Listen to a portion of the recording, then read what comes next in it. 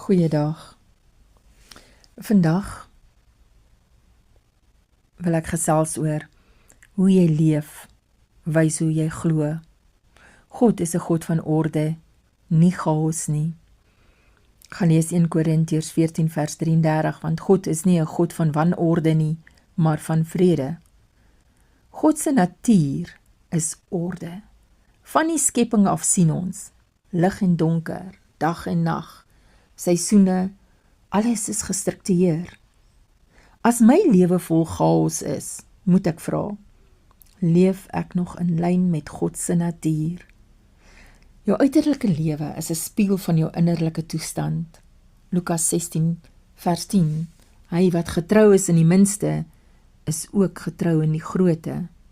Hoe lyk jou huis? Hoe bestuur jy jou tyd? Voltooi jy wat jy begin? God kyk nie net na 'n groot geestelike dade nie. Hy kyk na die klein goed. Dis maklik om geestelik te klink, maar moeilik om dissipline te leef.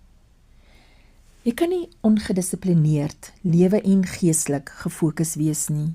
Gaan lees gerus 1 Korintiërs 9 vers 25 tot 27.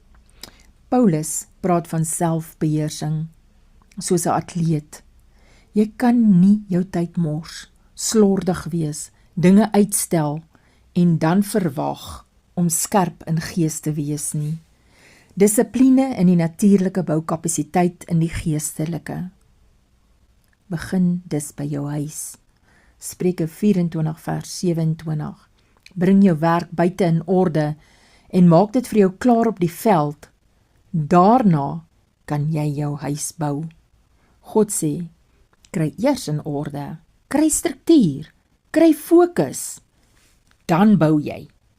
Jou huis is jou eerste bediening, jou gewoontes, jou roetine, jou prioriteite. God roep ons tot fokus. Hebreërs 12 vers 1 tot 2. Laat ons die wedloop met volharding hardloop en die oog gefestig hou op Jesus. Fokus beteken, jy sny af wat jou aftrek, jy kies doelbewus, jy hou jou oë op Jesus. 'n Verdeelde lewe kan nie 'n gefokuste geloof hê nie. Daar is mense wat sê, ek soek meer van God, maar God sê, ek soek meer orde in jou lewe, want wanorde steel fokus. Fokus bou intimiteit. Intimiteit bring salwing. Kom ons doen 'n bietjie selfondersoek. Is ek slordig of doelbewus? Voltooi ek wat ek begin? Is my tyd gestruktureer? Het ek dissipline? Lyk my lewe soos iemand wat God ernstig opneem?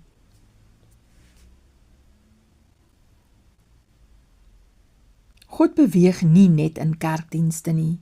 Hy beweeg in gestruktureerde lewens. Jy wil die stem van God hoor?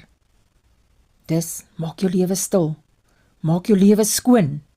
Maak jou lewe georden. Want gefokuste lewe is 'n kanaal vir God se krag. Gebed. Vader, ek kom vandag en ek bely, waar daar wanorde is in my lewe, bring U orde.